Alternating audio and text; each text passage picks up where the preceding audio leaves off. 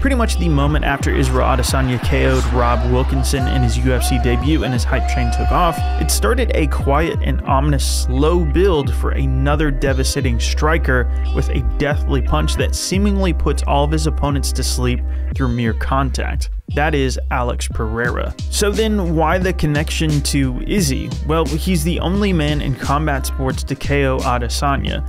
And with that kickboxing resume, it really only took one fight in 2020 after a 4-year layoff to get him a contract in the UFC. Makes sense, but we really don't know that much about him as a result. So who is he? And is he still a credible threat in MMA like he was in kickboxing to the most dominant middleweight champion since Anderson Silva's historical title reign? There's a lot to unpack here, but real quick, oh hey, what's up Balian? Hey guys, Balian from MMA On Point here, and I'm happy to tell you my bookie is here. UFC 276 is nearly upon us, and oh boy is this card stacked. Will the current champion Israel Adesanya keep the belt, or will Jared Cannonier be the new champion? Either way, you can make things a bit more interesting and put some skin in the game by joining us over at MyBookie. When you join the MyBookie community, you'll get an instant deposit bonus. So make sure you use the promo code MMA On Point to match half of your deposit up to $1,000. More on that later, but for now, I'm Jason from MMA On Point, and here are 10 interesting facts about Alex Pereira. Number 10, his upbringing. Most English-speaking fans simply know him as Alex Pereira, but in Brazil, he's known by a couple more names. First off, we know him by an abbreviation of Alexandre Pereira, and his nickname is Poatan, which fits him really well because it translates literally to stone hands in English. Explains that tattoo. What's more is that his nickname isn't just of any Brazilian heritage. His family comes from a scarcely populated northeastern part of Brazil that is actually an indigenous population rather than from the lineage of European colonization or anything like that. Basically, that places his family line in one of the most remote places on the entire planet. I mean, good luck sorting through the Amazon rainforest to find people where many tribes still reportedly exist in this area, totally unconnected to civilization. They might also be a bit hostile, and they can't talk to you either. Watch out. So his nickname isn't even actually Portuguese, it's from his native Tupi language. And for his family, it was essentially coming from the literal jungle to an urban one as he grew up in the favelas of Sao Paulo, where he was born in 1987 after his father moved down from the northeast region and met Alex's mother. Here's how he described life in Sao Paulo to Guilherme Cruz from MMA Fighting. I was raised in a favela. I had no expectations in my life. I would always wonder if I would be able to buy a motorcycle one day and thought it was possible. But how about a car? Maybe. I have my doubts. A house? No way. That was too far from a reality for me. Additionally, he also has a sister and is in fact not the only fighting member of his family. Aline also competes in kickboxing, and they even competed on the same card with Glory in the past. Number 9, dropping out of school. Typically, when you picture a dropout, you think of this happening in high school or somewhere towards the end of K through 12, and at the very least, near the age of adulthood. This can happen for a wide variety of reasons, but for Pereira, he decided to drop out of school when he was only 12 years old, simply because he didn't feel like going, and he was more ready to just get into work. And where he's from, 12 certainly was not too young legally for him to get a job, so he jumped straight into hard labor, working at a tire shop that also offered a variety of auto repair and mechanical services. Basically, the kid was forced to grow up at an extremely young age. The way Glory Kickboxing's website describes it, he was working 12 hours a day and was covered in oil and grime by the time they closed up the shop. He wanted to be around the adults and live life like them. But unfortunately, he got exactly what he asked for, and according to Yahoo Sports, he referred to it as a, quote, difficult, horrible time in my life. He did describe himself as being a healthy kid back then, and despite everything, still ate well and took care of himself, but that was until his lifestyle led him to number 8, alcoholism. Part of being around so many adults all the time and adopting a hard life meant that he also found himself picking up a fair portion of bad habits along the way.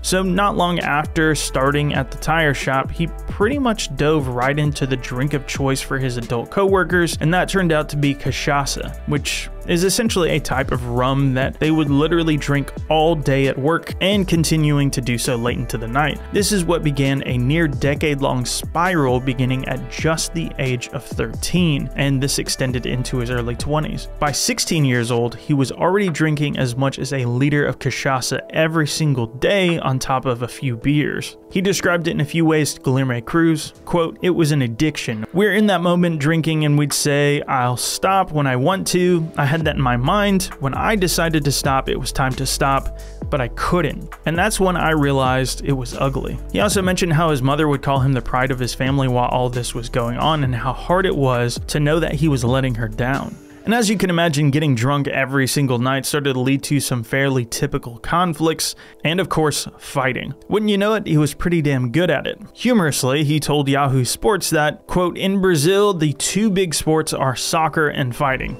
I didn't really like soccer, so I started to fight. I was so fortunate that I made that choice. They say that sports save lives, and I'm proof of it. It was the low point in my life. I'd hit the bottom of the well." I guess that old saying about fighting doesn't solve things isn't always true. Number 7. Entering into martial arts. So essentially at this stage in life, Pereira knew two things. He wanted to stop drinking, and he was pretty great at fighting naturally. He had heard that sports had the ability to discipline people and make them better, so just like that, he walked into a gym for the first time in 2009 to learn kickboxing for that very specific purpose. So yeah, it basically had nothing to do with title aspirations or being the best in the world or anything like that. He just wanted to get clean. He was just 21, and around this time, he would get the name bestowed on him by his trainers, Poatan, or Hands of Stone, as his KO power was already super apparent. But of course, kicking an addiction like that isn't so easy. He would go on to compete in kickboxing for a full 4 years while still struggling, taking a month or two here and there off of it, and then relapse, try again.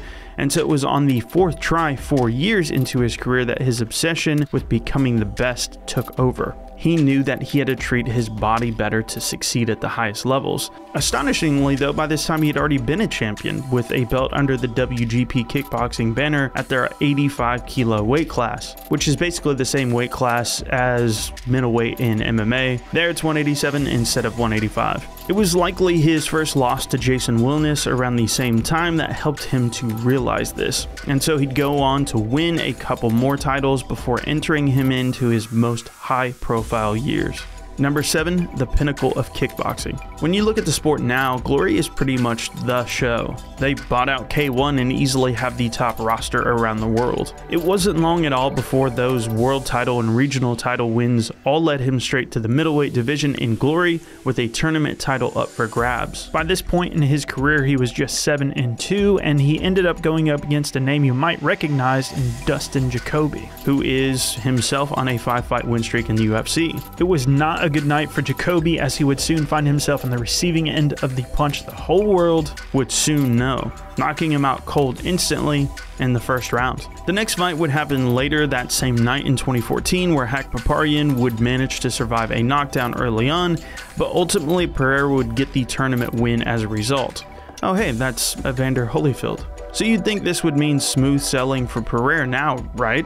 He'd cruise on to the title picture and double champion status. Well, not quite. While he'd proved to do astoundingly well in WGP and around the world otherwise, he'd lose his next 2 fights in Glory, one a repeat loss to rival Jason Wilness, and additionally another loss in Kunlun fight in China, before he'd finally get his win in Glory, only to lose again the very same night. Of course, there are some notable wins that I'm skipping over here so that we can discuss those more in detail, but in the promotion that gave him his biggest platform in the sport, he'd won just once there in about the next 3 years. However, the next 4 would prove to be the most inspiring of his whole career. He captured the Glory middleweight title from Simon Marcus and literally never lose it. He'd even avenged the 2 losses to Jason Wilness with a thunderous KO that he would mirror in his UFC debut. After that, he'd move up to light heavyweight, becoming the Glory dual weight champion, defend at middleweight again, before finally losing his title at the end of just last year. Number 5, Israel Adesanya. Alright, so you're probably wondering, wait, where is Izzy in all of this? Well, for one, this deserves its own entry. Two, what he did in Glory should not be overshadowed, so I wanted to focus on that. And while these two things did overlap, he started in Glory first, chronologically. So that being said, many assume their fights were in Glory, but of course it wasn't. They both happened in Glory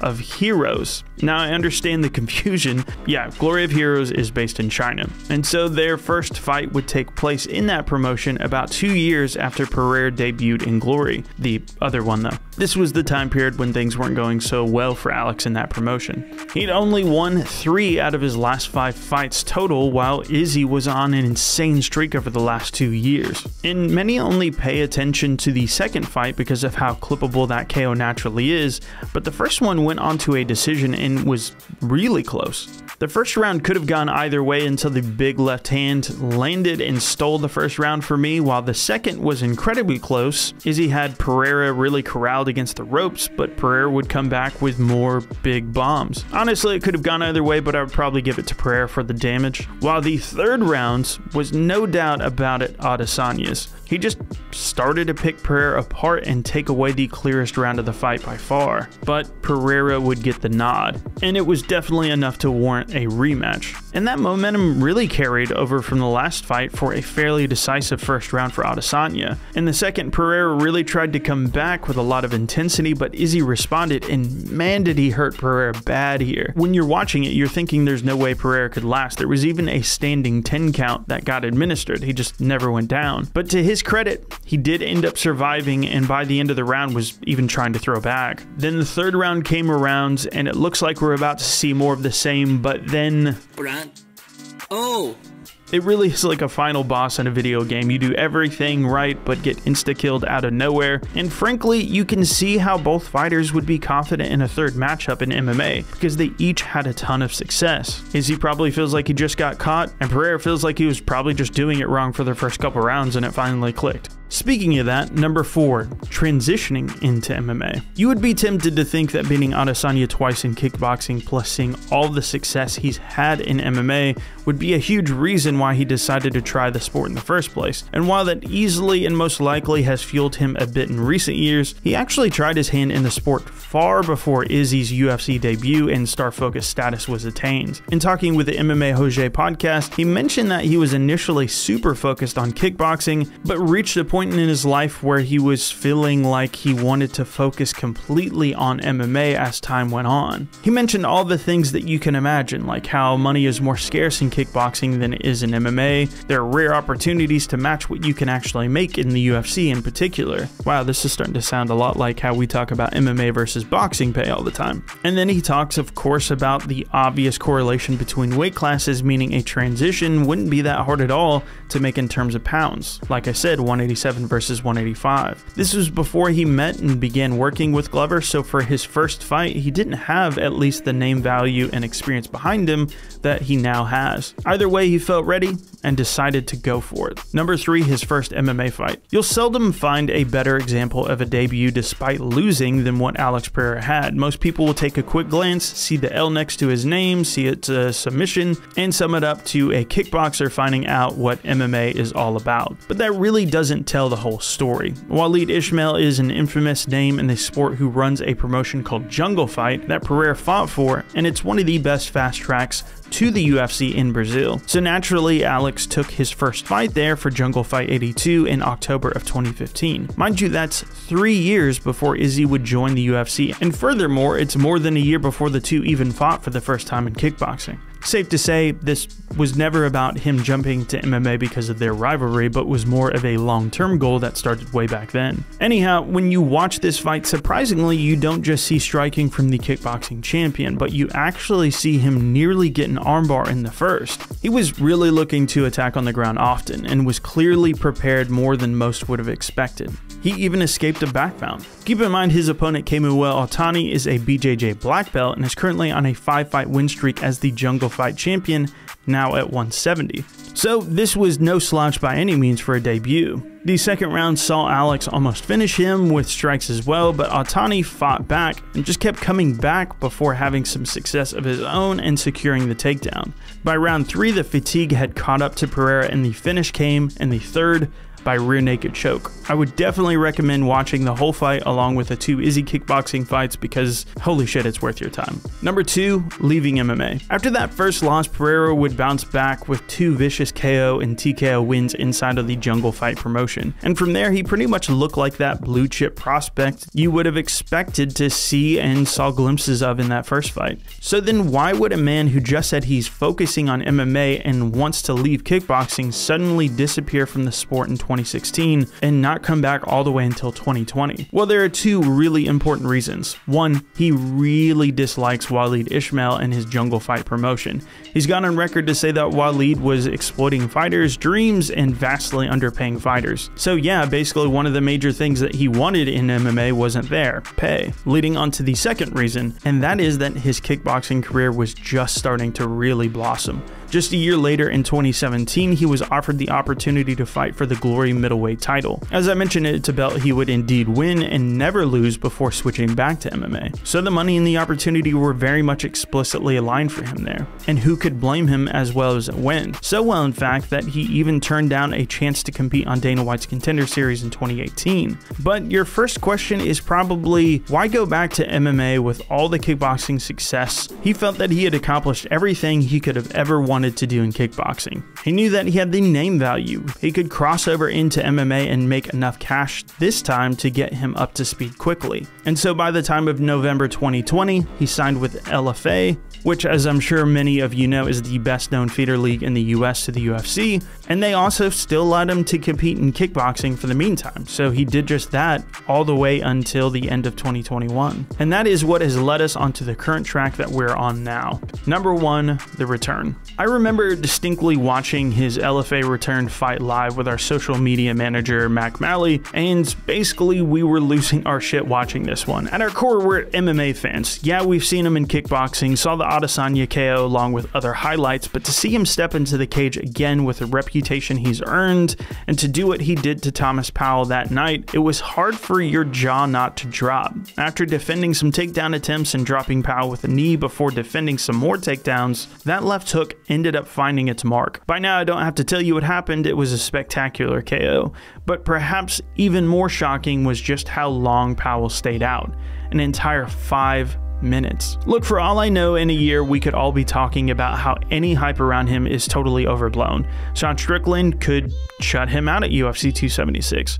We have seen him controlled for a bit, certainly in his very first fight and in the UFC already, but at this stage, it's hard for me at least not to see where the hype is coming from. Without a doubt, it's been a fast track for Pereira, knowing that they can make a lot of cash booking him against Izzy, but if he can manage to get a win against the number 4 guy in Strickland, then the title shot makes a ton more sense. But let's not get ahead of ourselves. This isn't the first time a kickboxer's come over to MMA and busted. So then I'll ask you guys, do you see Pereira or Strickland winning, and will Izzy even be able to retain his title against Cannonier? Thanks for watching, guys. Shout out to MyBookie with a banger of an offer for UFC 276. If you want to join us in the excitement, we're picking Adesanya, Holloway and Pereira for UFC 276. Yeah, that's right. Disagree? Well, you can have your own say. When you join the MyBookie community, you'll get an instant deposit bonus, so use the promo code MMAOnPoint to match half of your deposit up to $1,000. That means you can use the extra cash to drop another wager on any of the other fights on the card.